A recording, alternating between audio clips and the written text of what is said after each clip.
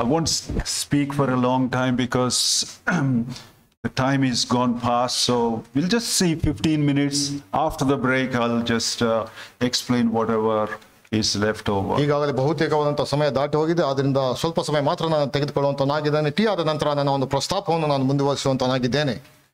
This morning, it is such a joyous occasion to be back at Bethesda here in Mysore and to remember the Savior along with the saints. ಮೈಸೂರಿನಲ್ಲಿರುವಂತಹ ಸಭಿಕರೊಂದಿಗೆ ಕರ್ತನ ನೆನಪು ಮಾಡಿಕೊಳ್ಳಲು ಮತ್ತೆ ನಿಮ್ಮ ಮಧ್ಯದಲ್ಲಿ ಬಂದಿರುವಂತದ್ದು ನನಗೆ ಬಹಳ ಸಂತೋಷವಾಗಿದೆ. At the same time, I'm a bit sad because Shankar is leaving. ಅದೇ ಸಮಯ ನನಗೂ ಸಹ ದುಃಖವಾಗ್ತಾ ಇದೆ, ಶಂಕರ್ ಅವರು ಈ ಊರನ್ನು ಬಿಟ್ಟು ಹೋಗ್ತಿದ್ದಾರೆ ಎಂಬುದಾಗಿ. Last time he mentioned 9 months ago, but I never thought when I come, this will be the last Sunday. He already mentioned first Sunday I was here, but this is the last Sunday and I'll see him. ಅದು ಕಳೆದ ಬಾರಿ 9 ತಿಂಗಳ ಹಿಂದೆ ನನಗೆ ತಿಳಿಸಿದ್ರು ಈ ರೀತಿಯಾದಂತಹ ಸಂಗತಿ ಆಗ್ತದೆ ಎಂಬುದಾಗಿ. ಆದಾಗ್ಯೂ ಸಹ ಮೊದಲೇ ಬಾರಿ ಅವರನ್ನು ನಾನು ಭೇಟಿ ಮಾಡಿದಾಗಲೂ ಸಹ ನಾನು ಮೊದಲೇ ಭಾನುವಾರ ನಾನು ಅವ್ರ ಜೊತೆಲಿದ್ದೆ. ಮತ್ತು ಈಗ ಇದು ಒಂದು ರೀತಿಯಲ್ಲಿ ಸರ್ಪ್ರೈಸ್ ಆದಂತಹ ಸಂಗತಿ, ಕಡೆಯ ಒಂದು ಭಾನುವಾರ ನಾನು ಅವರ ಮಧ್ಯದಲ್ಲಿ ಇರುವಂತಹದ್ದು. Had I known, I wouldn't have come to Mysore so that he would have stayed for a longer time. ನನಗೆ ಗೊತ್ತಿದ್ದ ಖಂಡಿತವಾಗಿ ನಾನು ಮೈಸೂರಿಗೆ ಬರ್ತಾ ಇರಲಿಲ್ಲ, ಇನ್ನೂ ಸಹ ಸುದೀರ್ಘವಾಗಿ ಅವರು ಇರಲಿ ಎಂಬುದಾಗಿ. Anyway, he's not going too far. Every time I come to India, I land in Bangalore. So next time, when I land in Bangalore, I'll be delayed. It will be delayed to come to Mysore. You should understand why. Next ಮುಂದಿನ ಸಾರಿ ನಾನು ಬಂದಾಗ ಇಂಡಿಯಾಕ್ಕೆ ಬಂದಂತ ಸಮಯದಲ್ಲಿ ನಾನು ಬ್ಯಾಂಗ್ಳೂರಲ್ಲಿ land ಆಗುವಂತನಾಗಿದ್ದಾನೆ. ಮೈಸೂರಿಗೆ ಬರೋದು ತಡವಾದ್ರೆ ನೀವು ಅದನ್ನು ಅರ್ಥ ಮಾಡಿಕೊಳ್ಳ್ರಿ, ಬೆಂಗಳೂರಿನಲ್ಲಿ ಶಂಕರ್ ಇದ್ದಾರೆ ಎಂಬುದಾಗಿ. So I really enjoyed their family, the fellowship personally. So assembly wise, personally, I miss them. Even this assembly will miss. I know. But that's the way God moves people from one place to another place. When I left Mysore to Australia, I felt the same, but it is for our blessing. ಮತ್ತು ವೈಯಕ್ತಿಕವಾಗಿಯೂ ಕುಟುಂಬವಾಗಿಯೂ ಅವರ ಒಂದು ಅನ್ಯತೆಯನ್ನು ನಾನು ಯಾವಾಗ ನೆನಪು ಮಾಡಿಕೊಳ್ಳುವಂತನಾಗಿದ್ದೇನೆ. ಮತ್ತು ಖಂಡಿತವಾಗಿಯೂ ಸಭೆಯು ಅವರನ್ನು ಆ ಒಂದು ರೀತಿಯಲ್ಲಿ ಆ ನ್ಯೂನತೆಯನ್ನು ಕಾಣುವಂಥದ್ದಾಗಿದೆ, ಅವರಿಲ್ಲ, ಅವರ ಪ್ರಸನ್ನತೆ ಇಲ್ಲದೆ ಇರುವಂತಹದ್ದು. ಮತ್ತು ಅದೇ ಒಂದು ರೀತಿಯ ಅಭಿಪ್ರಾಯ, ಅದೇ ಒಂದು ಅನಿಸಿಕೆ ನನಗೂ ಸಹ ಆಯಿತು. ನಾನು ಇಲ್ಲಿದ್ದು ಆಸ್ಟ್ರೇಲಿಯಾಕ್ಕೆ ಹೋಗುವಂತಹ ಸಮಯದಲ್ಲಿ ಅದೇ ರೀತಿಯ ಒಂದು ಶೂನ್ಯತೆ ನನಗೂ ಸಹ ಅದು ಕಾಡಿದಂಥ ಒಂದು ಸಮಯ ಅದಾಗಿತ್ತು. Please turn with me to Psalm 27. ಕೀರ್ತನೆಗಳ ಪುಸ್ತಕ 27ನೇ ಅಧ್ಯಾಯಕ್ಕೆ ನಮ್ಮ ಗಮನವನ್ನು ಹರಿಸೋಣ. I'll just read one verse. After the break, I'll read the whole psalm. ನಾನು ಒಂದು ವಚನ ಮಾತ್ರ ಓದ್ತೇನೆ. ನಾನು ಟೀ ಬ್ರೇಕ್ ಆದ ನಂತರ ನಾನು ಮುಂದಿನ ಅಧ್ಯಾಯನ ನಾನು ಮುಂದುವರಿಸುವಂತನಾಗಿದ್ದೇನೆ. Psalm 27 and verse 4. You can read. 27ನೇ ಅಧ್ಯಾಯ 4ನೇ ವಚನ. ನನ್ನ ಜೀವಮಾನದಲ್ಲೆಲ್ಲ ಯೆಹೋವನ ಮನೆಯಲ್ಲಿ ವಾಸ ಮಾಡುತ್ತಾ ಆತನ ಪ್ರಸನ್ನತೆಯನ್ನು ನೋಡುವುದಕ್ಕೂ ಆತನ ಮಂದಿರದಲ್ಲಿ ಧ್ಯಾನ ಮಾಡುವುದಕ್ಕೂ ನನಗೆ ಅಪ್ಪಣೆಯಾಗಬೇಕೆಂಬ ಒಂದೇ ವರವನ್ನು ಯೆಹೋವನಿಂದ ಕೇಳಿಕೊಂಡು ಅದನ್ನೇ ಎದುರು ನೋಡುತ್ತಿರುವೆನು ಎಂಬುವಂತಹದ್ದೇ. King David is asking God, I just need this one thing. ಅಲ್ಲಿ ಅರ್ಸ್ಥಾಂತಂದ ದಾವೀದನು, ಕರ್ತನೇ ನನಗೆ ಈ ಒಂದು ಸಂಗತಿಯನ್ನು ದಯಪಾಲಿಸು ಎಂಬುದಾಗಿ ಭಿನ್ನವಿಸುವುದನ್ನು ನಾವಿಲ್ಲಿ ಓದುತ್ತೇವೆ. Is Christian life about only one thing? ಅಲ್ಲಿ ನಮ್ಮ ಕ್ರಿಸ್ತಿಯ ಜೀವಿತದಲ್ಲಿ ಇರುವಂತಹದ್ದು ಒಂದೇ ಒಂದು ಸಂಗತಿ? No, not really. Many things are there, but he's asking only one thing. ಆದ್ರೆ ಇಲ್ಲಿ ದಾವೀದನು ಒಂದು ಸಂಗತಿಯನ್ನು ಮಾತ್ರ, ಅನೇಕ ಸಂಗತಿಗಳಿವೆ, ಆದ್ರೆ ಒಂದು ಸಂಗತಿಯನ್ನು ಮಾತ್ರ ಆತನು ಕೇಳಿಕೊಳ್ಳೋದನ್ನು ನಾವು ನೋಡ್ತೇವೆ. The reason is this is the first thing. ಯಾಕಂದ್ರೆ ಕಾರಣ ಏನಂತಾಗಿ ಹೇಳಿದ್ರೆ ಇದೇ ಮೊದಲನೇ ಒಂದು ಪ್ರಸ್ತಾಪ ಅದಾಗಿದೆ. If the first thing can take its place, the other things will automatically take their place or it becomes easy. ಮೊದಲನೇ ಒಂದು ಸಂಗತಿಯು ತನ್ನ ಸರಿಯಾದಂತಹ ಸ್ಥಾನವನ್ನು ಅಲಂಕರಿಸಿದ್ದೇ ಆದರೆ ಬೇರೆ ಎಲ್ಲಾ ಸಂಗತಿಗಳು ಅದರ ಹಿಂದೆ ಬರುವಂತಹದ್ದು ಎಲ್ಲವೂ ಸಹ ಅದು ಸುಲಲಿತವಾಗಿ ಅದರ ಸ್ಥಾನವನ್ನು ಅಲಂಕರಿಸುವಂತದ್ದಾಗಿದೆ. In the Christian life, if the first thing is missing, rest of the things, even if they take their place, there will be a huge void. ನಮ್ಮ ಕ್ರಿಸ್ತಿಯ ಜೀವಿತದಲ್ಲೂ ಸಹ ಅದೇ ರೀತಿಯಲ್ಲಿ ನಾವು ಮೊದಲನೆಯ ಒಂದು ಸ್ಥಾನವನ್ನು ಸರಿಯಾದಂತ ರೀತಿಯಲ್ಲಿ ಕೊಡದೆ ಹೋದರೆ ಉಳಿದ ಎಲ್ಲಾ ಸ್ಥಾನಗಳು ಅದು ಸ್ಥಾನ ಪಲ್ಲಟವಾಗುವಂತದ್ದಾಗಿದೆ. So King David somehow discerned spiritually there is something first thing that should take first place. ಅರಸನಾದ ದಾವೀದನು ಸಹ ವಿವೇಚನೆಯಿಂದ ಕೂಡಿದವನಾಗಿ ಯಾವ ಸಂಗತಿಗಳಿಗೆ ಆದ್ಯತೆಯನ್ನು ಕೊಡಬೇಕೆಂಬುದಾಗಿ ಆತನು ಇಲ್ಲಿ ಹೇಳುವಂತಹ ಸಂಗತಿಯನ್ನು ನಾವು ಇಲ್ಲಿ ನೋಡುತ್ತೇವೆ. And he is desiring it. ಅದನ್ನು ಆತನು ಅಪೇಕ್ಷಿಸುವಂತದ್ದನ್ನು ಸಹ ನಾವು ಇಲ್ಲಿ ನೋಡುತ್ತೇವೆ. It's not asking. ಅದು ಅಲ್ಲಿ ಕೇಳಿಕೊಳ್ಳುವಂತದ್ದಲ್ಲ. We know the difference between asking, request. Sometimes a child asks, sometimes a child literally requests the father or mother. ಒಂದು ಮಗು ಕೇಳಿಕೊಳ್ಳುವುದಂತ ಏನೆಂಬುದಾಗಿ ನಮ್ಗೆ ಗೊತ್ತುಂಟು. ತನ್ನ ತಂದೆ ತಾಯಿಗಳಿಗೆ ಏನ್ ಸಂಗತಿಗಳು ಬೇಕು ಎಂಬುದಾಗಿ ಕೇಳ್ತಾರೆ ನಮ್ಗೆ ಗೊತ್ತುಂಟು. ಆದ್ರೆ ಇಲ್ಲಿ ದಾವೀದನ ಅಪೇಕ್ಷಿಸುವಂತದನ್ನ ಇಲ್ಲಿ ನೋಡುವಂತರಾಗಿದ್ದೇವೆ. The Hebrew word used for desired here is practicing beggary. ಅಲ್ಲಿ ಒಂದು ರೀತಿಯಲ್ಲಿ ಭಿಕ್ಷೆ ಬೇಡುವಂತ ರೀತಿಯಲ್ಲಿ ಅದು ಕೇಳಿಕೊಡುವಂತದ್ದು ಎಂಬ ಅರ್ಥವನ್ನು ಅದು ಮೂಲ ಭಾಷೆಯಲ್ಲಿ ಹೇಳುವಂತದ್ದಾಗಿದೆ. You know the beggars on the roadside, how they plead. They don't ask one. They will really annoy us and ask again and again and again. ದಾರಿಯಲ್ಲಿ ಭಿಕ್ಷುಕರು ಯಾವ ರೀತಿಯಲ್ಲಿ ಒಂದು ಸಾರಿ ಅವರು ಕೇಳುವುದಿಲ್ಲ, ಪದೇ ಪದೇ ಅವರು ಯಾವ ರೀತಿಯಲ್ಲಿ ಒತ್ತಾಯ ಮಾಡ್ತಾರೋ ಆ ಒಂದು ರೀತಿಯ ಒತ್ತಾಯದ ಒಂದು ಅರ್ಥವನ್ನು ಕೊಡುವಂತದ್ದಾಗಿದೆ. Now we need not beg physically. God has provided food on the table and physical things. ಮತ್ತೆ ಲೌಕಿಕವಾದಂತಹ ಸಂಗತಿಗಳಿಗಾಗಿ ನಾವು ಬೇಡಿಕೊಳ್ಳುವಂತದ್ದು ಕರ್ತನು ನಮಗೆ ಎಲ್ಲ ಒಂದು ಯಥೇಚ್ಛವಾಗಿ ನಮಗೆ ಅನುಗ್ರಹಿಸಿಕೊಟ್ಟಿದ್ದಾನೆ. Definitely spiritually we should be beggars. ಆದ್ರೆ ಆತ್ಮಿಕವಾಗಿ ನಾವು ಅದೇ ರೀತಿಯ ಭಿಕ್ಷುಕರು ನಾವು ಆಗಿರಬೇಕು. We should beg God. We should practice beggary. ಆದ್ರಿಂದ ನಾವು ಆ ಒಂದು ಭಿಕ್ಷುಕತನವನ್ನು ಆತ್ಮಿಕವಾದಂತಹ ಸಂಗತಿಗಳಿಗೆ ಕರ್ತನಲ್ಲಿ ನಾವು ಕೇಳಿಕೊಳ್ಳಬೇಕಾದ ಅಭ್ಯಾಸ ನಾವು ಮಾಡಬೇಕು. If possible, we should go to the beggars out in the world and learn from them how to extract money or get what they wanted from the people they request. ಸಾಧ್ಯವಾದರೆ ರೋಡಿನಲ್ಲಿ ಇರುವಂತಹ ಭಿಕ್ಷುಕರ ಮಾಡುವಂತಹ ಒಂದು ರೀತಿಯಲ್ಲಿ ನೋಡಿ ಅದರಿಂದ ನಾವು ಕಲಿತುಕೊಳ್ಳಬಹುದು ಯಾವ ರೀತಿಯಲ್ಲಿ ನಾವು ಅವರ ಹಣವನ್ನು ಅವರು ವಸೂಲು ಮಾಡ್ತಾರೋ ಒಂದು ಆ ರೀತಿಯಲ್ಲಿ ಆತ್ಮಿಕವಾದಂತಹ ಸಂಗತಿಗಳಿಗೆ ಯಾವ ರೀತಿಯಲ್ಲಿ ಅದನ್ನು ನಾವು ಅದನ್ನು ಪಡ್ಕೊಳ್ಬಹುದು ಎಂಬುದನ್ನು ನಾವು ಅದರ ಮುಖಾಂತರ ನಾವು ಕಲಿಯಬಹುದು. In Gospel according to Luke chapter 7 and at the beginning there was a blind man. He was begging. ಲೂಕನ ಬರೆಸುವಾರ್ತೆ 7ನೇ ಅಧ್ಯಾಯದಲ್ಲಿ ಒಬ್ಬ ಹುಟ್ಟು ಕುರುಡನ ಕುರಿತಾಗಿ ಅಲ್ಲಿ ನೋಡುವಂತರಾಗಿದೆ. ಅಲ್ಲಿ ಆತನು ಭಿಕ್ಷೆ ಬೇಡುತ್ತಾ ಇದ್ದನು. And the people were walking. They asked what is happening. ಅಲ್ಲಿಂತ ಜನರು ಅಲ್ಲಿ ಏನು ಗಲಾಟೆ ನಡೀತಾ ಇದೆ ಎಂಬಂತ ಸಂಗತಿಯನ್ನು ಅವರು ಕೇಳಿದರು. They said Jesus of Nazareth is. ಅಲ್ಲಿ ನಜರೇತನ ಯೇಸುವಿನಲ್ಲಿ ಹಾದು ಹೋಗುತ್ತಾ ಇದ್ದಾನೆ ಎಂಬಂತ ಉತ್ತರ ಆತನಿಗೆ ಸಿಕ್ಕಿತು. He said son of David have mercy upon me. ಅಲ್ಲಿ ಆತನು ದಾವೀದ ಕುಮಾರನನ್ನು ಕರುಣಿಸು ಎಂಬುದಾಗಿ ಆತನು ಭಿನ್ನವಿಸಿದನು. The disciples said shush, be quiet, don't talk. ಅಲ್ಲಿದ್ದಂತ ಶಿಷ್ಯರು ಸುಮ್ಮನಿರು, ನೀನು ಗಲಾಟೆ ಮಾಡಬೇಡ ಎಂಬುದಾಗಿ ಅವರು ಶಿಷ್ಯರು ಗದರಿಸಿದರು. It's written he cried even more. ಆದ್ರೆ ಆ ಸಮಯದಲ್ಲಿ ಇನ್ನೂ ಹೆಚ್ಚಾಗಿ ಆತನು ಕೂಗಿದನು ಎಂಬುದಾಗಿ ನಾವು ಓದುತ್ತೇವೆ. It's written in the Bible Jesus stood. ನಾವು ಇಲ್ಲಿ ದೇವರ ವಾಕ್ಯ ಓದುತ್ತೇವೆ, ಯೇಸು ಕ್ರಿಸ್ತನು ಅಲ್ಲಿ ನಿಂತನು. He stood there. He could not take an extra step. ಅಲ್ಲಿ ಒಂದು ಹೆಜ್ಜೆಯನ್ನು ಆತನು ಮುಂದಕ್ಕೆ ಹಾಕಲಿಲ್ಲ. ಯೇಸು ಕ್ರಿಸ್ತನು ಅಲ್ಲೇ ನಿಂತನು. His begging could not allow, or his begging could not make the Son of God to move forward. ಆತನ ಭಿಕ್ಷೆ ಬೇಡುವ ಒಂದು ಶೈಲಿ ರೀತಿ ಯಾವ ರೀತಿಯಲ್ಲಿ ಎಂಬುದಾಗಿ ಯೇಸು ಕ್ರಿಸ್ತನಲ್ಲಿ ಮುಂದಿನ ಒಂದು ಹೆಜ್ಜೆಯನ್ನು ಆತನು ಹಾಕದ ಅಲ್ಲಿ ನಿಂತನು ಎಂಬುದಾಗಿ ನೋಡ್ತೇವೆ. We should practice this. ಈ ರೀತಿಯಾದಂತಹ ಒಂದು ಅಭ್ಯಾಸವನ್ನು ನಾವು ಅನುಗೂಡಿಸಿಕೊಳ್ಳಬೇಕು.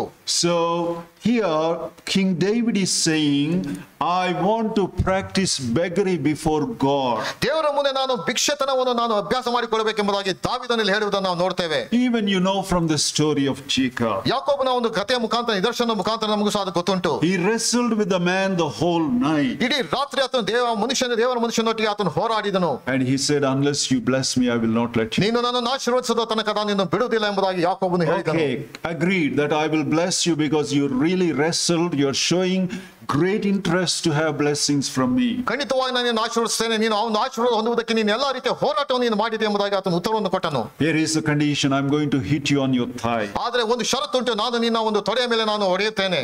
I'm going to hit you on the prime of your strength. ಮತ್ತು ನಿನ್ನ ಒಂದು ಬಲಕ್ಕೆ ಆ ಒಂದು ಶಕ್ತಿಗೆ ಪ್ರಧಾನವಾದಂತಹ ಒಂದು ಸ್ಥಳಕ್ಕೆ ನಾನು ಹೊಡೆಯುವಂತವನಾಗಿದ್ದೇನೆ. I'm going to hit you on your walk. ಅಲ್ಲಿ ನಿನ್ನ ನಡೆಯ ಮೇಲೆ ನಾನು ನನ್ನ ಹೊಡೆತವನ್ನು ಕೊಡುತ್ತೇನೆ. Turn back and see all the footsteps you walked till now. ಇಲ್ಲೇ ತನಕ ನೀನು ನಡೆದು ಬಂದ ಹಾದಿಯನ್ನು ನೀನು ಹಿಂತಿರುಗಿ ನೀನು ನೋಡು. They're all Adam's footsteps. They are. ಅದೆಲ್ಲವೂ ಸಹ ಆದಾಮನಿಗೆ ಸಂಬಂಧಪಟ್ಟಂತಹ ಹೆಜ್ಜೆ ಗುರುತುಗಳು ಅದಾಗಿದ್ದವು. That's according to the nature of Adam called flesh. ಅದು ಆದಾಮನ ಒಂದು ಪ್ರಕೃತಿಗೆ ಸಹಾಯಕ್ಕೆ ಸಂಬಂಧಪಟ್ಟಂತಹ ಮಾಂಸಾಧೀನ ಸ್ವಭಾವದಿಂದ ಕೂಡಿದಂತಹ ಹೆಜ್ಜೆಗಳು ಅದಾಗಿದ್ದವು. I will hit you on thigh. Will you give up the walk of flesh? ಮತ್ತೆ ನೀನು ಮಾಂಸಾಧೀನ ಸ್ವಭಾವಕ್ಕೆ ನೀನು ಬಿಟ್ಟು ಬಿಡ್ತೀಯೋ, ನಾನು ಆ ಒಂದು ತೊಡೆಯ ಮೇಲೆ ನಾನು ಹೊಡೆಯುತ್ತೇನೆ, ನೀನು ಮಾಂಸಾಧೀನ ಸ್ವಭಾವ ನೀನು ಬಿಟ್ಟು ಬಿಡ್ತೀಯೋ. Will you exchange it for with the blessings? ಆದ್ರೆ ನೀನು ಆಶೀರ್ವಾದಕ್ಕೆ ಬದಲಾಗಿ ನೀನು ಆ ಒಂದು ಎಲ್ಲ ಸಂಗತಿಗಳನ್ನು ಬಿಟ್ಟು ಬಿಡ್ತೀಯೋ. I will give you blessings. Will you surrender your flesh? ನಾನು ನಿನಗೆ ಆಶೀರ್ವಾದ ನಿಧಿಯನ್ನು ಕೊಡುತ್ತೇನೆ, ಆದ್ರೆ ನೀನು ಮಾಂಸಾಧೀನ ಸ್ವಭಾವವನ್ನು ನೀನು ತ್ಯಾಗ ಮಾಡುತ್ತೀಯೋ.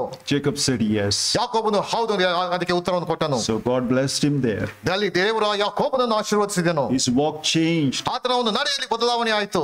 And it is written, the sun rose upon him. ಅಲ್ಲಿ ಸೂರ್ಯವು ಉದಯವಾಯಿತು ಎಂಬುದಾಗಿ ಅಲ್ಲಿ ಓದುವಂತರಾಗಿದ್ದೇವೆ. When sun rises, it's a brand new day. ಅಲ್ಲಿ ಸೂರ್ಯನು ಉದಯವಾಗುವುದು ಹೊಸ ದಿನವನ್ನು ತೋರಿಸುವಂತದಾಗಿದೆ. There's a difference between someone starting work in the early morning, someone starting work in the afternoon time. ಅಲ್ಲಿ ಆ ಒಂದು ಮುಂಜಾನೆ ಬೆಳಿಗ್ಗೆ ಎದ್ದು ಸೂರ್ಯ ಹುಟ್ಟುವಂತ ಸಮಯದಲ್ಲಿ ಕೆಲಸ ಪ್ರಾರಂಭ ಮಾಡುವುದಕ್ಕೂ ಮಧ್ಯಾಹ್ನ ಸಮಯದಲ್ಲಿ ಪ್ರಾರಂಭ ಮಾಡುವುದಕ್ಕೂ ಅದು ವ್ಯತ್ಯಾಸ ಉಂಟು. A person who begins the work in the middle part of the day has very little time to finish the work. ಮಧ್ಯಾಹ್ನ ಸಮಯದಲ್ಲಿ ಕೆಲಸ ಪ್ರಾರಂಭ ಮಾಡುವಂತ ವ್ಯಕ್ತಿ ಆತನಿಗೆ ಒಂದು ಸಮಯವು ಬಹಳ ಕೊಂಚವಾದಂತಹ ಸಮಯ ಆತನಿಗೆ ಇರುವಂತದ್ದಾಗಿದೆ ಸಂಪೂರ್ಣ The ಮಾಡಲಿಕ್ಕೆ. person who starts in the morning has a full length of the day. ಆದ್ರೆ ಮುಂಜಾನೆ ಕೆಲಸ ಪ್ರಾರಂಭ ಮಾಡುವಂತ ವ್ಯಕ್ತಿಗೆ ಸುದೀರ್ಘವಾದಂತಹ ಒಂದು ಸಮಯ ಆತನಿಗೆ ಸಿಕ್ಕುವಂತದ್ದಾಗಿದೆ. Christian life is a beginning of many new beginnings, consists of many new beginnings. ಮತ್ತು ಕ್ರಿಸ್ತಿಯ ಒಂದು ಜೀವಿತದಲ್ಲಿ ಅನೇಕ ಹೊಸದಾದಂತಹ ಪ್ರಾರಂಭಕವಾದಂತಹ ಸಂಗತಿಗಳು ಒಂದು ಕ್ರಿಸ್ತಿಯ ಜೀವಿತದಲ್ಲಿ ಅದು ನಡೆಯುವಂತದ್ದಾಗಿದೆ. Every time you ask God to remove flesh from me, ಪ್ರತಿ ಬಾರಿ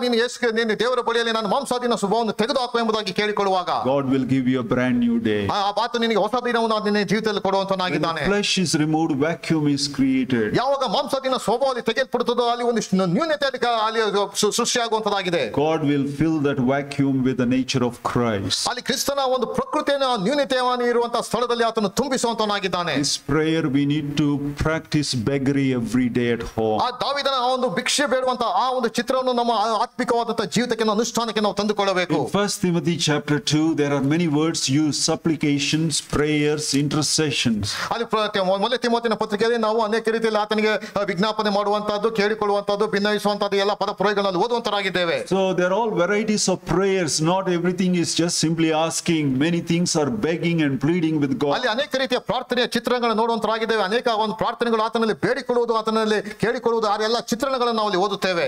So we have to ask God, please remove the flesh so that it will give room for the nature of Christ to be developed.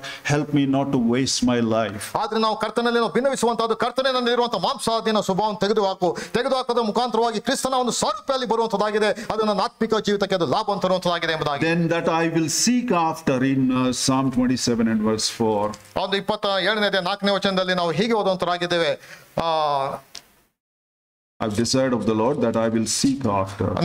ನಾನು ಆತನನ್ನು ಹುಡುಕಿ ಹೋಗ್ತೇನೆ ಎಂಬುದಾಗಿ. Now this word seeking is by any means. ಆತನನ್ನು ಹುಡುಕುವಂತದ್ದು ಎಂಬುದಾಗಿ ಅಲ್ಲಿ ಹೇಳುವಾಗ ಯಾವುದೇ ರೀತಿಯಾದಾಗಿದ್ದಿರಬಹುದು. And the Bible suggests two excellent ways which will stand above every other method of seeking. ಎಲ್ಲ ಬೇರೆ ಸಂಗತಿಗಳಿಗಿಂತಲೂ ಎರಡು ರೀತಿಯ ಸಂಗತಿಗಳ ಮುಖಾಂತರವಾಗಿ ನಾವು ಆತನನ್ನು ಹುಡುಕಬಹುದು ಎಂಬಂತಹ ಸಂಗತಿಯನ್ನು ನಾವು ದೇವರ ವಾಕ್ಯ ನಮಗೆ ತಿಳಿಸುವಂತದ್ದಾಗಿದೆ. The concordance suggests, strong concordance suggests it is either through prayer or worship. ಅಲ್ಲಿ ಪ್ರಾರ್ಥನೆ ಇಲ್ಲವೇ ಆರಾಧನೆ ಮುಖಾಂತರ ನಾವು ಆತನನ್ನು ಹುಡುಕಬಹುದು, ಕಾನ್ಕಾರ್ಡೆನ್ಸ್ ಮುಖಾಂತರವಾಗಿ. Now there is a beautiful wise prayers recorded in the Bible. ದೇವರ ವಾಕ್ಯದಲ್ಲಿ ಅತ್ಯಂತ ಅದ್ಭುತವಾದಂತಹ ಒಂದು ಪ್ರಾರ್ಥನೆಯ ಚಿತ್ರಗಳನ್ನು ನಾವು ಓದುವಂತರಾಗಿದ್ದೇವೆ. Just now Brother Franklin mentioned 4 prayers from the epistles of Paul. ಅಲ್ಲಿ ಪೌಲನ ಆ ಒಂದು ಪತ್ರಿಕೆಯಲ್ಲಿ 4 ಪ್ರಾರ್ಥನೆಗಳ ಕುರಿತಾಗಿ ಈಗಾಗಲೇ ನಾವು ಕೇಳ್ತಾ ಬಂದೆವು. Now a model ideal prayer, if there may not be enough time in the local assembly, because when you come for intercessory prayers your time is limited, many brethren have to pray. ಮತ್ತು ಪ್ರಾಯಶಃ ನಮ್ಮ ಸ್ಥಳೀಯ ಸಭೆಯಲ್ಲಿ ನಾವು ಪ್ರಾರ್ಥನೆಗಾಗಿ ಸೇರಿ ಬಂದಾಗ ಸಮಯದ ಅಭಾವದಿಂದ ಅನೇಕ ಸಹೋದರರಿಗೆ ಅವಕಾಶ ಬೇಕಾಗಿದ್ರು ಅನೇಕ ಸಂಗತಿಗಳಿಗೆ ನಾವು ಪ್ರಾರ್ಥನೆಗೆ ಅಲ್ಲಿ ಸಮಯ ಕೊಡಲಿಕ್ಕೆ ಆಗದೇ ಇರಬಹುದು. But we can practice at home. ಆದ್ರೆ ನಮ್ಮ ಮನೆಗಳಲ್ಲಿ ನಾವು ಅದನ್ನು ಅಭ್ಯಾಸಕ್ಕೆ ನಾವು ಅನುಷ್ಠಾನಕ್ಕೆ ತರಬಹುದು. If we want to make long prayers, it's better we do it at home. ನಾವು ಸುದೀರ್ಘವಾದಂತಹ ಉದ್ದವಾದಂತಹ ಪ್ರಾರ್ಥನೆಯನ್ನು ನಾವು ಮನೆಯಲ್ಲಿ ಅದನ್ನು ಅನುಷ್ಠಾನಕ್ಕೆ ತಂದ್ರೆ ಅದು ಒಳ್ಳೆಯದು. A prayer can be divided into 2 parts, head and tail. ಅಲ್ಲಿ ಒಂದು ಪ್ರಾರ್ಥನೆ ಎಂಬುದಾಗಿ ಹೇಳಿದ್ರೆ ಅದನ್ನು 2 ಭಾಗವಾಗಿ ವಿಂಗಡಿಸಬಹುದು, ತಲೆ ಮತ್ತು ಬಾಲ ಎಂಬುದಾಗಿ. In the tail we can keep what we want to receive from God. ಬಾಲ ಎಂಬುದಾಗಿ ಹೇಳುವಾಗ ನಮಗೆ ಯಾವ ಸಂಗತಿಗಳನ್ನು ಬೇಕು, ಯಾವ ಸಂಗತಿಗಳನ್ನು ದೇವರಿಂದ ಬೇಡಿಕೊಳ್ಳುತ್ತೇವೆ ಆ ಸಂಗತಿಗಳನ್ನು ಬಾಲದ ಒಂದು ಸ್ಥಳದಲ್ಲಿ ನಾವು ಅದನ್ನು ಹಾಕಬಹುದು. But in the head we should give something to God. ಆದ್ರೆ ತಲೆಯ ಒಂದು ಸ್ಥಾನ ಎಂಬುದಾಗಿ ಹೇಳುವಾಗ ಅದನ್ನು ನಮ್ಮಲ್ಲಿ ಇರುವಂತಹ ಕೆಲವು ಸಂಗತಿಗಳನ್ನು ಕರ್ತನಿಗೆ ನಾವು ಒಪ್ಪಿಸುವಂತದ್ದನ್ನು ಕೊಡುವುದನ್ನು ತೋರಿಸುವಂತದ್ದಾಗಿದೆ. Give something to God so that he'll give you back. ಕರ್ತನಿಗೆ ಏನಾದರೂ ನಿನ್ನಲ್ಲಿ ಇರುವುದನ್ನು ಕೊಡು, ಆಗ ನೀನು ಕರ್ತನಲ್ಲಿ ಇರುವುದನ್ನು ನೀನು ಹೊಂದಿಕೊಳ್ಳುತ್ತಿ. Many times we don't give anything to God in prayer, that's why we don't receive. ಅನೇಕ ಬಾರಿ ನಾವು ಕರ್ತನಿಗೆ ನಮ್ಮಲ್ಲಿ ಏನು ಕೊಡಬೇಕು ಅದನ್ನು ಕೊಡದೇ ಇರುವುದರಿಂದ ನಾವು ಆತನ ಬಳಿಯಿಂದ ನಾವು ಏನು ಸಹ ನಮಗೆ ಸಿಗುತ್ತಾ ಇಲ್ಲ. You study Nehemiah's prayer, you study Paul's prayers, you study Daniel's prayer, you study Martha Mary's prayer in John 11 and 3. In all these prayers there is one wise thing, a pattern emerges out. ನಾವು ನೆಹೆಮೀಯನ ಒಂದು ಪ್ರಾರ್ಥನೆ ಆಗಿರಬಹುದು, ದಾನಿಯೇಲನ ಪ್ರಾರ್ಥನೆ ಆಗಿರಬಹುದು, ಅಲ್ಲಿ ಮಾರ್ತಾ ಮರಿಯಳ ಒಂದು ಪ್ರಾರ್ಥನೆ ಅದಾಗಿರಬಹುದು, ಎಲ್ಲರೂ ಸಹ ಒಂದು ರೀತಿಯ ವಿಭಿನ್ನವಾದಂತಹ ಶೈಲಿ ಶೈಲಿಯನ್ನು ನಾವು ಪ್ರಾರ್ಥನೆಯ ಶೈಲಿಯನ್ನು ನಾವು ನೋಡುವಂತರಾಗಿದ್ದೇವೆ. The pattern is always in the head. They offer something to God about His Son. ಅವರೆಲ್ಲರ ಒಂದು ಪ್ರಾರ್ಥನೆ ಒಂದು ಶೈಲಿಯಲ್ಲಿ ಎಂಬುದಾಗಿ ಹೇಳಿದ್ರೆ, ಒಂದು ತಲೆಯ ಭಾಗದ ಒಂದು ಪ್ರಾರ್ಥನೆ ಎಂಬುದಾಗಿ ಹೇಳಿದ್ರೆ, ಆತನ ಮಗನನ್ನ ಕುರಿತಾದಂತಹ ಕೆಲವು ಸಂಗತಿಗಳನ್ನು, ಅಮೂಲ್ಯವಾದಂತಹ ಸಂಗತಿಗಳನ್ನು ದೇವರಿಗೆ ಅವರು ಅರ್ಪಿಸಿದರು. It should be done wholeheartedly. ಅದು ಹೃದಯ ಪೂರ್ವಕವಾಗಿ ನಾವು ಅರ್ಪಿಸುವಂತ ಒಂದು ಸಂಗತಿ ಅದಾಗಿರಬೇಕು. Whether someone is doing wholeheartedly or not, others may not be able to tell or judge, but that person definitely knows. ಒಬ್ಬ ವ್ಯಕ್ತಿ ಹೃದಯ ಪೂರ್ವಕವಾಗಿ ಅರ್ಪಿಸುತ್ತಾ ಇದ್ದಾನೆ, ಎಲ್ಲವೋ ಬೇರೆಯವರಿಗೆ ಅದು ಗೊತ್ತಾಗುವುದಿಲ್ಲ, ಆ ವ್ಯಕ್ತಿಗೆ ಅದು ಚೆನ್ನಾಗಿ ಅದು ಸ್ಪಷ್ಟವಾಗಿ ಅರ್ಥವಾಗುವಂತದ್ದಾಗಿದೆ. So you keep virtue of Christ, at least one virtue, and wholeheartedly what you appreciated, offer it to God, then whatever you ask will receive speed. ಯೇಸು ಕ್ರಿಸ್ತನ ಕುರಿತಾದಂತ ಒಂದು ಮೌಲ್ಯವನ್ನು ನೀನು ಸ್ಪಷ್ಟವಾಗಿ ಅದನ್ನು ನಿರ್ದಿಷ್ಟವಾಗಿ ಗುರಿ ಮಾಡಿಟ್ಟುಕೋ. ಆ ಒಂದು ಮೌಲ್ಯವನ್ನು ನೀನು ಕರ್ತನ ಕುರಿತಾದಂತ ಅಮೂಲ್ಯವಾದ ಸಂಗತಿಯನ್ನು ದೇವರಿಗೆ ಅಲ್ಲಿ ಅರ್ಪಿಸು. And the second way is worship. ಎರಡನೇ ಒಂದು ಸಂಗತಿ ಅದು ಆತನಿಂದ ಆರಾಧಿಸುವಂತಹದ್ದು. The time is nearly up. I don't want to test your patience because after the break we'll sit down. We'll be ready. Still 11 o'clock? Yeah. Okay, then we'll just hold your patience. Worship is worthship. Worth means something you take into hand and weigh it. ಆರಾಧನೆ ಎಂಬುದಾಗಿ ಹೇಳಿದ್ರೆ ಮೌಲ್ಯವಾದಂತಹ ಕೆಲವು ಸಂಗತಿಗಳನ್ನು ನಿಮ್ಮ ಕೈಗಳಲ್ಲಿ ತೆಗೆದುಕೊಂಡು ತೂಕ ಹಾಕುವಂತಹದ್ದು. So if you take wood into your hand, it is light, but if you pick up iron, it is weighty, heavy. ಒಂದು ಮರವನ್ನು ತೆಗೆದುಕೊಂಡ್ರೆ ಅದು ತೂಕವಿಲ್ಲದೆ ಇರುವಂತಹದ್ದು, ಅದೇ ಸಮಯದಲ್ಲಿ ಒಂದು ಕಬ್ಬಿಣವನ್ನು ತೆಗೆದುಕೊಂಡ್ರೆ ಅದರ ಮೌಲ್ಯ, ಅದು ತೂಕ ಹೆಚ್ಚಾಗಿರುವುದನ್ನು ನಮಗೆ ಅನುಭವ ಆಗುವಂತದ್ದಾಗಿದೆ. So the best example is the wise men. They brought gold, frankincense and myrrh. ಅಲ್ಲಿ ಉತ್ತಮವಾದಂತಹ ಉದಾಹರಣೆ ಎಂಬುದಾಗಿ ಹೇಳಿದ್ರೆ, ಜೋಯಿಸರು ಮೂಡಂತಿಕ್ಕಿಂದ ಬಂದಂತಹ ಸಮಯದಲ್ಲಿ ಚಿನ್ನ, ಧೂಪ, ರಕ್ತ ಬೋರ್ಡ್ಗಳನ್ನು ಅವರು ಕಾಣಿಕೆಯಾಗಿ ಅವರು ಕೊಟ್ಟರು. It would have costed them a lot. ಅದು ಬಹಳ ಯಥೇಚ್ಛವಾದಂತಹ ಬೆಲೆಯನ್ನು ಅವರು ತೆತ್ತಿದ್ದಿರಬೇಕು. They went to gold shop and inquired about pure gold, and they paid a lot of money and took that gold. ಅವರು ಚಿನ್ನದ ಅಂಗಡಿಗೆ ಹೋದ್ರು, ಉತ್ತಮವಾದಂತಹ ಅಪರಂಜಿ ಚಿನ್ನದವನ್ನು ಅವರು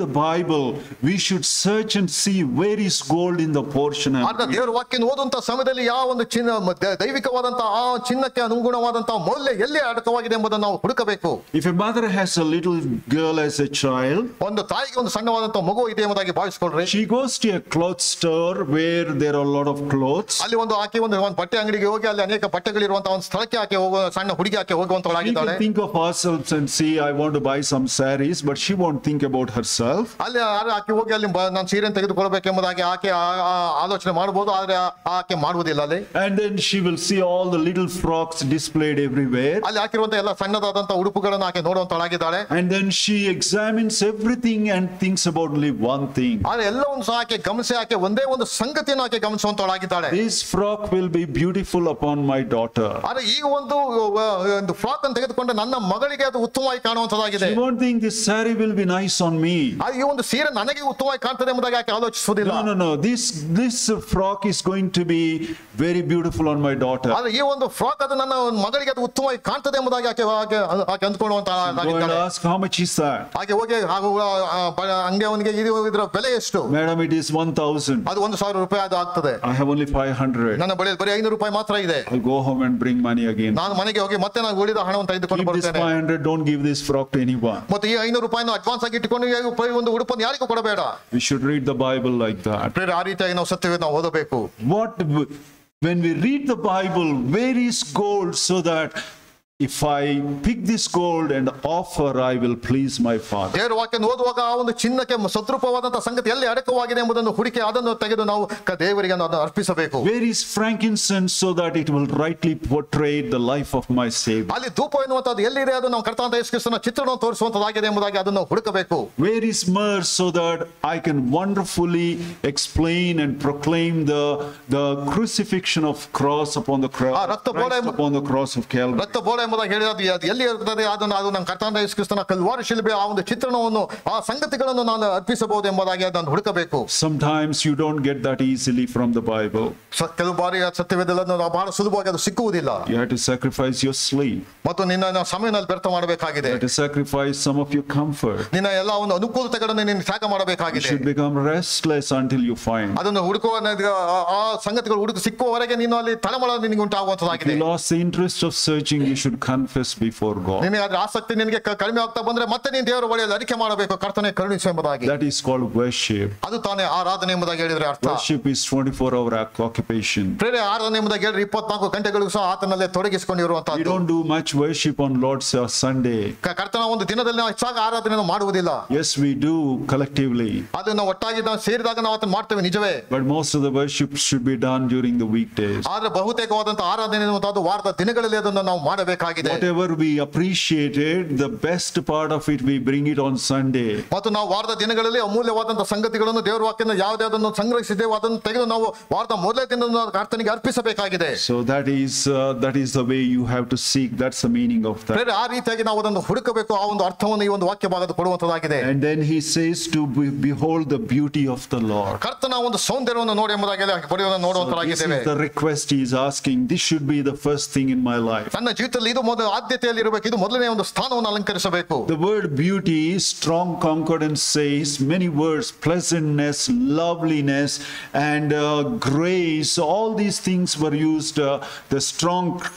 The concordance writer struggled to find words for this. ಆ ಒಂದು ಸೌಂದರ್ಯ ಎನ್ನುವಂತ ಒಂದು ಪದ ಪ್ರಯೋಗಕ್ಕೆ ಒಂದು ಕಾನ್ಕಾರ್ಡೆನ್ಸ್ ಅನೇಕ ರೀತಿಯ ಪದ ಪ್ರಯೋಗಗಳು ಉಪಯೋಗಿಸಲ್ಪಟ್ಟದಾಗಿ ನೋಡುವಂತರಾಗಿದ್ದೇವೆ. ಸುಂದರವಾದದ್ದು, ಅಮೂಲ್ಯವಾದದ್ದು, ಆ ರೀತಿಯಾದಂತಹ ಅನೇಕ ಪದ ಪ್ರಯೋಗಗಳನ್ನು ಅದಕ್ಕೆ ಸರಿ ಸಮಾನವಾಗಿ ವಿವರಿಸಲ್ಪಟ್ಟದಾಗಿ ಓದುತ್ತೇವೆ. So the best word is grace. ಉತ್ತಮವಾದಂತಹ ಒಂದು ಪದ ಪ್ರಯೋಗ ಎಂಬುದಾಗಿ ಹೇಳಿದರೆ ಕೃಪೆ.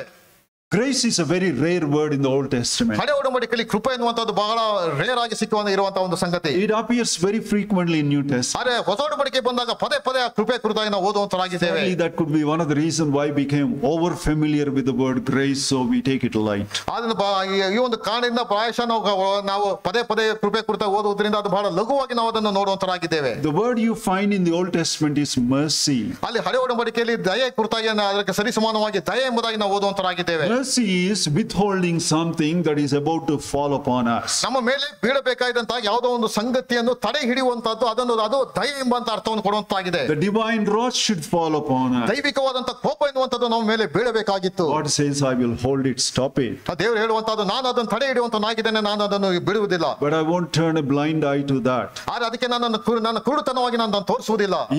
God won't say, I withhold the judgment that should fall upon you and the case is closed, everything is, I'll turn a blind eye to everything. ದೇವರು ಹೇಳುವಂತದ್ದು ನಿನ್ನ ಮೇಲೆ ಬರಬೇಕಾದ ನ್ಯಾಯ ತೀರ್ಪನ್ನು ನಾನು ತಡೆದಿದ್ದೇನೆ, ತಕ್ಷಣಕ್ಕೆ ಅದು ಅಲ್ಲಿಗೆ ಮುದುಕಿ ಹೋಗುವಂತ ಸಂಗತಿ ಅದು ಅಲ್ಲ. No, he won't say that. Instead he says, I will hold it, I will divert that judgment to fall upon somebody else. ಹಾಗೆ ಕರ್ತನ ದೇವರು ಹೇಳುವಂತ ಮಾತು, ನಾನು ಅದನ್ನು ಆ ಒಂದು ನ್ಯಾಯ ತೀರ್ಪನ್ನು ಬಿಡಿಸುವುದಿಲ್ಲ, ಆದ್ರೆ ಆ ಒಂದು ನ್ಯಾಯ ತೀರ್ಪನ್ನು ಮತ್ತೊಬ್ಬನ ಮೇಲೆ ಬಿಡುವ ಹಾಗೆ ನಾನು ಅದಕ್ಕೆ ಮಾರ್ಗವನ್ನು ಮಾಡುತ್ತೇನೆ ಎಂಬುದಾಗಿ. So by falling upon somebody else, it doesn't fall upon you. ಅದು ಬೇರೆಯವರ ಮೇಲೆ ಬೀಳುವುದರ ಮುಖಾಂತರವಾಗಿ ಅದು ನಿನ್ನ ಮೇಲೆ ಆತನ ರೌದ್ರ ನ್ಯಾಯ ತೀರ್ಪು ಅದು ಬೀಳಲಿಲ್ಲ. That's what happened on the cross of Calvary. Calvary ಶಿಲುಬೆಯಲ್ಲಿ ಆ ಒಂದು ಸಂಗತಿಯ ಕಾರ್ಯ ಅದು ನಡೆಯಿತು.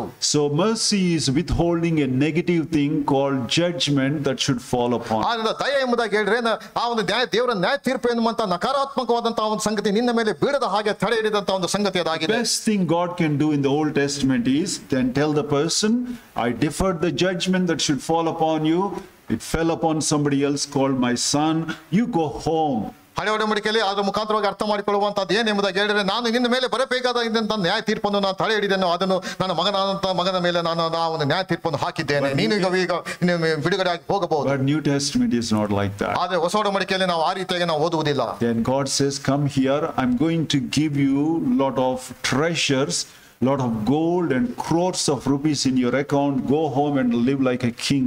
ಆದ್ರೆ ಹೊಸ ಒಡಂಬಡಿಕೆಯಲ್ಲಿ ಹೇಳುವಂತದ್ದು, ನಾನು ನಿನ್ನ ಒಂದು ಖಾತೆಗೆ ಯಥೇಚ್ಛವಾದಂತಹ ಒಂದು ಆತ್ಮಿಕವಾದಂತಹ ವರಗಳನ್ನು ಹಣವನ್ನು ಹಾಕಿದ್ದೇನೆ, ನೀನು ಬೇಕಾದಷ್ಟು ಅದನ್ನು ತೆಗೆದುಕೊಂಡು ಅನುಭವಿಸು ಎಂಬುದಾಗಿ ಆತ ನಿನಗೆ ಕರೆಯನ್ನು ಕೊಡುವಂತನಾಗಿದ್ದಾನೆ. Negative thing is stopped. ಅಲ್ಲಿ ಆ ನಕಾರಾತ್ಮಕವಾದಂತಹ ಸಂಗತಿ ಅದು ಇಲ್ಲದಂತೆ ಅದಾಯಿತು. But something positive done to this person, God made this person rich and go live like a king. ಆದ್ರೆ ಈ ವ್ಯಕ್ತಿಗೆ ಈ ಹೊಸ ಒಡಂಬಡಿಕೆಯಲ್ಲಿ ಸಕಾರಾತ್ಮಕವಾಗಿ ಯಥೇಚ್ಛವಾದಂತಹ ಸಂಗತಿಗಳನ್ನು ಕೊಟ್ಟಿದ್ದ, ನೀನು ಎಲ್ಲಾ ಸಂಗತಿಗಳನ್ನು ಪಡೆದುಕೊಂಡವನಾಗಿ ನೀನು ಸ್ವೇಚ್ಛೆಯಿಂದ ಬಾಳು ಎಂಬುದಾಗಿ ಆತ ಹೇಳುವಂತನಾಗಿದ್ದಾನೆ. That positive thing is grace. ಆ ಒಂದು ಸಕಾರಾತ್ಮಕವಾದಂತಹ ಸಂಗತಿಯೇ ಕೃಪೆ ಎಂಬುವಂತಹದ್ದಾಗಿದೆ. That's only possible in the New Testament. ಅದು ಹೊಸ ಒಡಂಬಡಿಕೆಯಲ್ಲಿ ಮಾತ್ರ ಅದು ಸಾಧ್ಯವಾದಂತಹ ಸಂಗತಿ. Why God wanted to go more than required in the New Testament? ಈ ಹೊಸ ಒಡಂಬಡಿಕೆಯಲ್ಲಿ ಏಕೆ ನಾವು ಅವಶ್ಯಕ್ಕಿಂತಕ್ಕಿಂತಲೂ ಒಂದು ಹೆಜ್ಜೆ ಮೀರಿ ಹೋಗುವ ಹಾಗೆ ದೇವರು ಒಂದು ಮಾರ್ಗವನ್ನು ಆತನು ಕಲ್ಪಿಸಿದನು. Because of his love for his son. ತನ್ನ ಏಕಮಾತ್ರ ಕುಮಾರನ ಕಡೆಗೆ ಆತನು ತೋರಿದಂತ ಒಂದು ಪ್ರೀತಿಯ ಒಂದು ದೆಸೆಯಿಂದ. Because his son had so much love upon us also. ಯಾಕೆಂದರೆ ಆತನ ಮಗನಿಗೆ ನಮ್ಮ ಮೇಲೂ ಸಹ ಅಷ್ಟೇ ಯಥೇಚ್ಛವಾದಂತ ಒಂದು ಪ್ರೀತಿಯು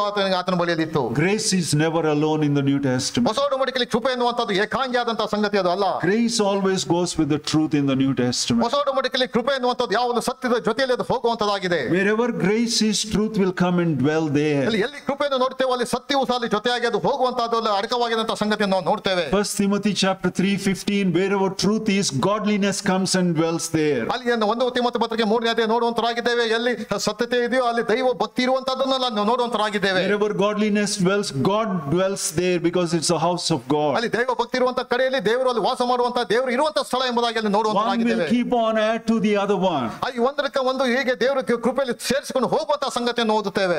Wherever God dwells there, that leads to glory.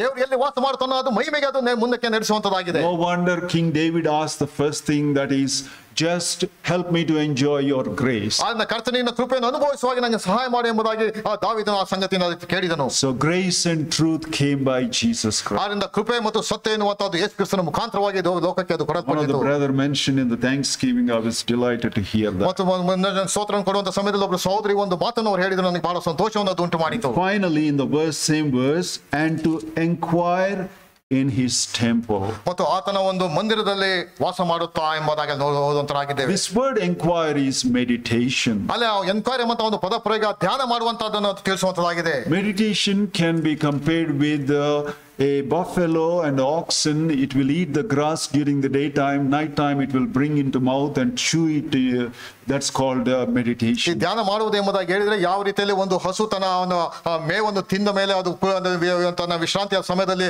ಅದನ್ನು ಮೆಲುಕು ಹಾಕುವಂತದ್ದಾಗಿದೆ. ಆ ಒಂದು ಸಂಗತಿಯನ್ನು ಧ್ಯಾನ ಮಾಡುವುದು ಎಂಬುದಾಗಿ ಹೇಳಿದ್ರೆ ಅರ್ಥವನ್ನು The ಕೊಡುವಂತದ್ದಾಗಿದೆ. reason is to make into tiny bits and pieces so that it is digested and becomes part of the body. ಕಾರಣ ಎಂಬುದಾಗಿ ಹೇಳಿದ್ರೆ ಅದನ್ನು ಮೆಲುಕು ಹಾಕುವುದು ಎಂಬುದಾಗಿ ಹೇಳಿದ್ರೆ ಅದು ತನ್ನ ಎಲ್ಲ ಆಹಾರವನ್ನು ಅದು ಸಂಪೂರ್ಣವಾಗಿ ಅದನ್ನು ಅಗಿದು ಅದು ಸಂಪೂರ್ಣವಾಗಿ ತನ್ನ ದೇಹಕ್ಕೆ ಅದು ಸೇರುವಾಗಿ ಮಾಡುವಂತಹ ಒಂದು ಕ್ರಿಯೆಯನ್ನು ತೋರಿಸುವಂತದ್ದಾಗಿದೆ. So we are what we eat every day. ನಾವು ಏನನ್ನು ತಿನ್ನುತ್ತೇವೋ ಅದೇ ಆ ರೀತಿಯ ವ್ಯಕ್ತಿಗಳು ನಾವು ಆಗುವಂತವರಾಗಿದ್ದೇವೆ. If next 1 year I eat the most unhealthy food, I'll fall frequently sick. ನಾನು ಮುಂದಿನ ಒಂದು ವರ್ಷ ನಾನು ಅನಾರೋಗ್ಯವಾದಂತಹ ಆಹಾರ ಮಾಡಿದ್ರೆ ನಾನು ಅನಾರೋಗ್ಯಕ್ಕೆ ನಾನು ತುತ್ತಾಗುತ್ತೇನೆ. But if I eat healthy food and go for exercise and walking every day, I'll be healthy. ನಾನು ಆರೋಗ್ಯಕರವಾದ ಆಹಾರ ಸೇವಿಸಿ ವ್ಯಾಯಾಮವನ್ನು ತೊಡಗಿಸಿಕೊಂಡರೆ ನಾನು ಆರೋಗ್ಯ ವ್ಯಕ್ತಿಯಾಗಿ ನಾನು ಇರುತ್ತೇನೆ. King David is telling God, if you grant my request, I will meditate whatever you give me. ನೀನು ನನ್ನ ಮನವಿಯನ್ನು ಲಾಲಿಸಿ ನಿನ್ನ ಸೂತ್ರವನ್ನು ಕೊಟ್ಟದ್ದೇ ಆದ್ರೆ ನಾನು ಪ್ರತಿನಿತ್ಯ ನಿನ್ನ ವಾಕ್ಯ ನಾನು ಧ್ಯಾನ ಮಾಡ್ತೇನೆ ಎಂಬುದಾಗಿ ದಾವೀದನು ಹೇಳುವುದನ್ನು ನಾವು ನೋಡುತ್ತೇವೆ. God might ask, why do you want to meditate? ನೀನು ಯಾಕೆ ಧ್ಯಾನ ಮಾಡಬೇಕೆಂಬುದಾಗಿ ದೇವರು ಕೇಳುವಂತ ಒಂದು ಪ್ರಶ್ನೆಗೆ King David says, I want to digest so that it becomes part of my life and my being. ಮತ್ತು ನಾನು ಸಂಪೂರ್ಣವಾಗಿ ಜೀರ್ಣ ಮಾಡಬೇಕು, ನನ್ನ ವ್ಯಕ್ತಿತ್ವದ ಸಂಪೂರ್ಣವಾಗಿ ಅದು ವಿಲೀನವಾಗಿ ಹೋಗಬೇಕು. ಆ ಒಂದು ಕಾರಣದಿಂದ ನಿನ್ನ ವಾಕ್ಯವನ್ನು ಧ್ಯಾನ ಮಾಡಬೇಕೆಂಬುದಾಗಿ ದಾವೀದನು ಹೇಳುತ್ತಾನೆ. Why you want to digest and it wants to become a part of your being. ಮತ್ತು ಅದು ನಿನ್ನ ಜೀವಿತದಲ್ಲಿ ಸಂಪೂರ್ಣವಾಗಿ ಅದು ಜೀರ್ಣವಾಗಿ ನಿನ್ನ ದೈಹಿಕ ಅವಿಭಾಜ್ಯ ಅಂಗವಾಗಿ ಅದು ಮಾರ್ಪಡಬೇಕು. King David says, I want to be like Christ. ದಾವೀದನು ಹೇಳುವಂತದ್ದು ಇಲ್ಲಿ, ನಾನು ಕ್ರಿಸ್ತನ ಹಾಗೆ ನಾನು ಆಗಬೇಕು. I want to enjoy your grace because I want to be a gracious person. ಮತ್ತು ನಿನ್ನ ಕೃಪೆಯನ್ನು ನಾನು ಅನುಭವಿಸಬೇಕು, ಯಾಕೆಂಬುದಾಗಿ ನಾನು ಕೃಪೆಯನ್ನು ಕೂಡಿದಂತ ವ್ಯಕ್ತಿ ನಾನು ಆಗಬೇಕು. In Psalm 45, we'll turn and read that beautiful verse, Psalm 45. ಕೀರ್ತನೆಗಳು 45 ನಾವು ಹೀಗೆ ಓದ್ತೇವೆ. Verse 2, grace is poured into thy lips. Verse 2. ಇದರಿಂದ ದೈವಾನುಗ್ರಹವು ಯಾವಾಗಲೂ ನಿನ್ನ ಮೇಲೆ ಇದೆ ಎಂಬುದಾಗಿ ನಿನ್ನ ಬಾಯ ಮಾತುಗಳಲ್ಲಿ ಸ್ಪಷ್ಟವಾಗ್ತದೆ ಎಂಬುದಾಗಿ ಓದ್ತೇವೆ. Even in Luke chapter 4, that they wondered at the gracious words that proceeded out of his mouth. ಲೂಕನ ಬರೆದ ಸುವಾರ್ತೆ 4ನೇ ಅಧ್ಯಾಯದಲ್ಲಿ ಸಹ ನೋಡುವಂತರಾಗಿದ್ದೇವೆ, ಆತನ ಬಾಯಿಂದ ಬಂದ ಮಾತುಗಳಿಂದ ಅವರು ವಿಸ್ಮಿತರಾದರು ಎಂಬುದಾಗಿ ಓದ್ತೇವೆ. Now this meditate word is related to a word in Proverbs 20 and 25 that's called wow. ಅಲ್ಲಿ ಈ ಒಂದು ಧ್ಯಾನ ಮಾಡುವುದು ಎಂಬುದಾಗಿ ಹೇಳಿದ್ರೆ ಜ್ಞಾನೋಕ್ತಿಗಳ ಪುಸ್ತಕದಲ್ಲಿ ಅಲ್ಲಿ ಅರಿಕೆ ಮಾಡುವುದೆಂಬಂತ ಒಂದು ಪದಪ್ರಯೋಗಕ್ಕೆ ಸರಿ ಸಮಾನವಾದಂತ ಅರ್ಥವನ್ನು ಅದು ಕೊಡುವಂತದ್ದಾಗಿದೆ. Making a vow means asking God, if you do this, I'll do this to you. ಒಂದು ಅರಿಕೆ ಮಾಡುವುದು ಎಂಬುದಾಗಿ ಹೇಳಿದ್ರೆ ಕರ್ತನೆ ಈ ಸಂಗತಿಗಳನ್ನು ಮಾಡಿದ್ರೆ ನಾನು ಇದಕ್ಕೆ ಪ್ರತಿಯಾಗಿ ಮಾಡ್ತೇನೆ ಎಂಬುದಾಗಿ ಅರಿಕೆ ಮಾಡುವಂತದ್ದು ಅರ್ಥವನ್ನು ಕೊಡುವಂತದ್ದಾಗಿದೆ. Jacob made a vow, Daniel made a vow, many people made vows. ಯಾಕೋಬನು ಅರಿಕೆ ಮಾಡಿದನು, ಅಲ್ಲಿ ದಾನಿಯೇಲನು ಅರಿಕೆ ಮಾಡಿದನು, ಎಲ್ಲ ಸಂಗತಿಗಳನ್ನು ನಾವು ನೋಡುವಂತ ದೇವರ ವಾಕ್ಯ ಓದುವಂತರಾಗಿದ್ದೇವೆ. God said, if anyone offers a peace offering, I will give that person the rest of the body. I will take the best part and give the rest of the body so that he can go home, share with his family members and eat. ನಾನು ಅಲ್ಲಿ ದೇವರು ಹೇಳುವಂತ ಮಾತನ್ನ ಒಬ್ಬ ವ್ಯಕ್ತಿ ಯಾರಾದ್ರೂ ಸಮಾಧಾನ ಯಜ್ಞವನ್ನು ನನಗೆ ಅರ್ಪಿಸಿದ್ದೆ ಆದ್ರೆ ಆತನಿಗೆ ಸಮಾಧಾನದ ಯಜ್ಞ ಅರ್ಪಿಸಿದಂತ ಆ ವ್ಯಕ್ತಿಗೆ ಆ ಉತ್ತಮವಾದಂತ ಭಾಗವನ್ನು ಆತನಿಗೆ ನಾನು ದಯಪಾಲಿಸುವಂತನಾಗಿದ್ದೇನೆ. ಆ ಉತ್ತಮವಾಗುವನ್ನು ಆತನ ತನ್ನ ಕುಟುಂಬದವರ ಜೊತೆಯಲ್ಲಿ ಆತನು ಮನೆಯಲ್ಲಿ ಆತನು ಅನುಭವಿಸಬಹುದು ಎಂಬುದಾಗಿ. He can feed upon what I'm going to feed upon. ಅಲ್ಲಿ ನಾನು ಯಾವುದನ್ನು ಅನುಭವಿಸುತ್ತೇನೋ ಆ ಒಂದು ಸಂಗತಿಗಳಲ್ಲೇ ಆತನು ಸಹ ಆತನು ಅನುಭವಿಸಬಹುದು. In other words, God is telling, I feed upon Christ every day. I will let the person, whoever offers the thanksgiving offering or peace offering, he can also feed upon ನಾನು ಕ್ರಿಸ್ತನ ಕುರಿತಾಗಿ ನಾನು ಪ್ರತಿನಿತ್ಯ ನಾನು ಅನುಭವಿಸುವಂತನಾಗಿದ್ದೇನೆ. ಅದೇ ರೀತಿಯಲ್ಲಿ ಯಾವ ಒಬ್ಬ ವ್ಯಕ್ತಿ ಕ್ರಿಸ್ತನನ್ನು ನನಗೆ ಅರ್ಪಿಸುತ್ತಾನೋ ಆ ಒಬ್ಬ ವ್ಯಕ್ತಿಯು ಅದನ್ನು ಆತನು ಚೆನ್ನಾಗಿ ಕ್ರಿಸ್ತನನ್ನು ಆತನು ಅನುಭವಿಸುವಾಗ ನಾನು ಮಾಡುತ್ತೇನೆ ಎಂಬುದಾಗಿ ಆತನು ಹೇಳ್ತಾನೆ. Someone feeds upon Christ, he becomes like Christ. ಯಾವ ಒಬ್ಬನು ಯೇಸು ಕ್ರಿಸ್ತನನ್ನು ಚೆನ್ನಾಗಿ ಆತನು ಅನುಭವಿಸುತ್ತಾನೋ ಆತನು ಜೀರ್ಣ ಮಾಡಿಕೊಳ್ಳುತ್ತಾನೋ ಆ ವ್ಯಕ್ತಿ ಕ್ರಿಸ್ತನ ಹಾಗೆ ಆತನು ಇರುವಂತನಾಗಿದ್ದಾನೆ. But he can only eat one day. ಆದ್ರೆ ಒಂದು ದಿನ ಒಂದು ಹೊತ್ತು ಮಾತ್ರ. After one day, if he eats, he'll be struck from the people of children of Israel. ಆದ್ರೆ ಒಂದು ದಿನ ಮಾತ್ರ ಮತ್ತೊಂದು ಸಹ ಮಾಡಿದೆ ಆದ್ರೆ ಇಸ್ರಾಯೇಲರ ಮಧ್ಯದಿಂದ ತೆಗೆದು ಹಾಕಲ್ಪಡುತ್ತಾ ಇದ್ದನು. But if he makes a vow, ಆದ್ರೆ ಅಲ್ಲಿ ಒಂದು ಅರಿಕೆಯನ್ನು ಆತನು ಮಾಡುವಂತನಾಗಿದ್ದಾನೆ. I'll give him more food so that he can eat 2 days. ಅಲ್ಲಿ ಆತನಿಗೆ ಯಥೇಚ್ಛವಾದ ಆಹಾರ ಕೊಡ್ತೇನೆ, ಆತನು 2 ದಿನಗಳ ಒಂದು ಆಹಾರ ಅನುಭವಿಸುವ ಹಾಗೆ. He can feed upon Christ for a longer time than a person who doesn't make vow. ಅಲ್ಲಿ ಯಾವ ವ್ಯಕ್ತಿ ಅರಿಕೆ ಅರಿಕೆ ಮಾಡಿಲ್ಲವೋ ಆ ವ್ಯಕ್ತಿಗಿಂತಲೂ 2 ಪಟ್ಟಷ್ಟು ಈತನು ಹೆಚ್ಚಾಗಿ ಆತನು ಊಟವನ್ನು ಆತನು ಅನುಭವಿಸಬಹುದು ಎಂಬುದಾಗಿ. He will be transformed into the likeness of Christ quicker than other people. ಬೇರೆ ವ್ಯಕ್ತಿಗಿಂತಲೂ ಹೆಚ್ಚಾಗಿ ಕ್ರಿಸ್ತನ ಸಾರೂಪ್ಯಕ್ಕೆ ಆತನು ನಡೆಸಲ್ಪಡುವಂತನಾಗಿದ್ದಾನೆ. He will have so much food he can share with many friends more than the person who has. ಆತನ ಬಳಿ ಯಥೇಚ್ಛವಾದ ಆಹಾರ ಎಷ್ಟರ ಮಟ್ಟಿಗೆ ಇದೆ ಎಂಬುದಾಗಿ ಹೇಳಿ ತನ್ನ ಸ್ನೇಹಿತರ ಜೊತೆಯಲ್ಲಿ ಎಲ್ಲರ ಜೊತೆಯಲ್ಲಿ ಆತನು ಹಂಚಿಕೊಳ್ಳುವಷ್ಟು ಯಥೇಚ್ಛವಾದಂತಹ ಆಹಾರ ಆತನಿಗೆ ಕೊಡುವಂತನಾಗಿದ್ದಾನೆ. He is feeding upon Christ for 2 days. He'll have a lot of strength. He can accomplish great things for God. ಯಾಕಂದ್ರೆ 2 ದಿನಗಳು ಆತನು ಯೇಸು ಕ್ರಿಸ್ತನ ಕುರಿತಾಗಿ ಆತನು ಭಜಿಸುತ್ತಿದ್ದಾನೆ. ಆತನ ಕುರಿತಾಗಿ ಆತನು ಬೇರೆಯವರ ಜೊತೆಯಲ್ಲಿ ಆತನು ಹಂಚಿಕೊಳ್ಳಬಹುದು. What's a New Testament vow? ಆದ್ರಿಂದ ಹೊಸ ಒಡಂಬಡಿಕೆಯ ಒಂದು ಅರಿಕೆ ಎಂಬುದಾಗಿ ಹೇಳಿರೋದು ಏನು? God did not encourage vows in the New Testament, but we can have something similar to that. ಆದ್ರೆ ಹೊಸ ಒಡಂಬಡಿಕೆಯಲ್ಲಿ ಆಣೆ ಮಾಡುವಂತದ್ದು ಆ ಒಂದು ಸಂಗತಿಗಳಲ್ಲಿ ಅವಕಾಶವಿಲ್ಲ. ಆತನಿಗೆ ಸಹ ಬೇರೆ ಒಂದು ರೀತಿಯಲ್ಲಿ ಆತನಿಗೆ ಅರಿಕೆ ಮಾಡುವಂತ ಕುರಿತಾಗಿ ತಿಳಿಸುತ್ತಿದ್ದಾನೆ. In the New Testament we can have convictions. ಅಲ್ಲಿ ಒಂದು ಪಶ್ಚಾತ್ತಾಪ ಮನವರಿಕೆ ಎಂಬುದಾಗಿ ನಾವು ಹೊಸ ಒಡಂಬಡಿಕೆಯ ಕುರಿತಾಗಿ ಓದ್ತೇವೆ. Christ has already showed us favor on the cross unconditionally. ಯಾವುದೇ ರೀತಿಯ ಷರತ್ತಿಲ್ಲದ ಕಲ್ವಾರಿ ಶಿಲುಬೆಯಲ್ಲಿ ಕರ್ತನಾದ ಯೇಸು ಕ್ರಿಸ್ತನ ಕಾರ್ಯವನ್ನು ಆತನು ಮಾಡಿ ತೋರಿಸಿದ್ದಾನೆ. In the Old Testament, whoever makes a vow tells God, you do this, I will do this for you. ಹಳೆ ಒಡಂಬಡಿಕೆ ಕಾಲದಲ್ಲಿ ಆತನ ಭಕ್ತರು ಆತನಿಗೆ ಕರ್ತನೆ ನೀನು ಈ ಸಂಗತಿಗಳನ್ನು ಮಾಡಿದರೆ ನಾನು ಇದಕ್ಕೆ ಪ್ರತಿಯಾಗಿ ಮಾಡ್ತೇನೆ ಎಂಬುದಾಗಿ ಅರಿಕೆ ಮಾಡಿದರು. But without we asking, Christ has already done on the cross. ಆದರೆ ನಾವು ಯಾವುದೇ ಸಂಗತಿಗಳನ್ನು ಕೇಳದೆ ಈಗಾಗಲೇ ಕರ್ತನ ಕಲ್ವಾರಿ ಶಿಲುಬೆಯಲ್ಲಿ ಎಲ್ಲ ಕಾರ್ಯವನ್ನು ಆತ ಮಾಡಿ ಪೂರೈಸಿದ್ದಾನೆ. What vow will you make? ಆದರೆ ನಾನು ಮತ್ತು ನೀನು ಯಾವ ಅರಿಕೆಯನ್ನು ಮಾಡುವಂತರಾಗಿದ್ದೇವೆ? You make a vow and say that no matter what my other believers do it, whether they follow the truth or not, I will stand for the truth. ಬೇರೆ ವಿಶ್ವಾಸಿಗಳ ಕುರಿತಾಗಿ ಬೇಡ ನಾ ಯಾವ ವಿಷಯಗಳು ಯಾವ ರೀತಿಯಲ್ಲಿ ಮಾಡಲಿ, ಆದ್ರೆ ನಾನು ನಿನ್ನ ಸತ್ಯವನ್ನು ನಾನು ಪರಿಪಾಲಿಸುತ್ತೇನೆ ಎಂಬುದಾಗಿ ಅರಿಕೆ ಮಾಡ್ತೇವೆ. That's a vow.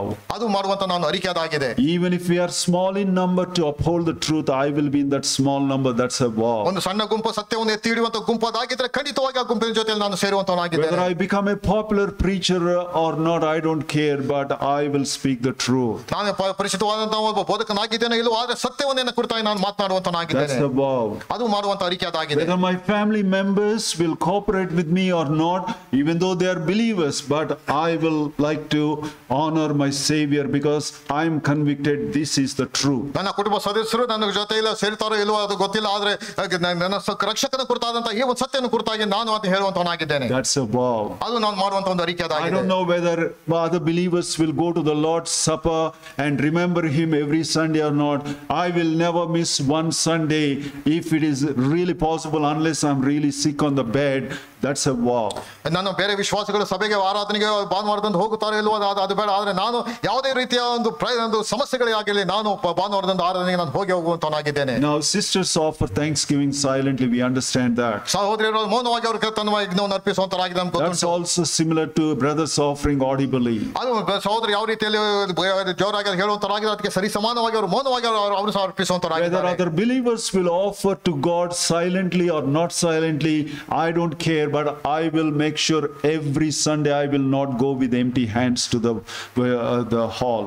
ಆದರೆ ಪ್ರತಿಯೊಬ್ಬ ವಿಶ್ವಾಸಿಯು ಆತನು ಯಾವುದೇ ರೀತಿಯಲ್ಲಿ ಆರಾಧನೆ ಸಲ್ಲಿಸಲಿ, ಆದರೆ ಪ್ರತಿ ಭಾನುವಾರ ಬಂದಂತ ಸಮಯದಲ್ಲಿ ನಾನು ಬರಿಗೈಯಲ್ಲಿ ನಾನು ಕರ್ತನ ಸನ್ನಿಧಿಯಲ್ಲಿ ನಾನು ಕಾಣಿಸಿಕೊಳ್ಳುವುದಿಲ್ಲ, ನಾನು ಏನಾದರೂ ಒಂದು ಕಾಣಿಕೆಯನ್ನು ತೆಗೆದುಕೊಂಡವನಾಗಿ ಬಂದು ಕರ್ತನಿಗೆ ನಾನು ಅರ್ಪಿಸುತ್ತೇನೆ ಎಂಬ ಒಂದು ಅರಿಕೆ. My heart will be always full with the appreciation of Christ. ಕರ್ತನ ಕುರಿತಾದಂತಹ ಸಂಗತಿಗಳಿಂದ ನಾನು ಹೃದಯವನ್ನು ಯಾವಾಗಲೂ ತುಂಬಿಸಿಕೊಂಡವನಾಗಿ ನಾನು ಅಲ್ಲಿಗೆ ಬರುವಂತನಾಗಿದ್ದೇನೆ. The Lord help us to do this so that whatever we ask, that will be granted. ಮತ್ತು ಈ ಕರ್ತನು ಈ ರೀತಿಯಾಗಿ ಮಾಡುವಾಗ ನಾನು ಏನು ಕೇಳಿದ್ರು ಸಹ ಕರ್ತನು ಕೊಡ್ತಾನೆ ಅಂತ ನಂಬಿಕೆಯಲ್ಲಿ ಮುಂದುವರಿತಾರೆ. Take a break and come back. ನಾವು ಒಂದು ಬ್ರೇಕ್ ಅಂತ ತೆಗೆದುಕೊಂಡು ಮತ್ತೆ ಹಿಂತಿರುಗಿ ಬರುವಂತ.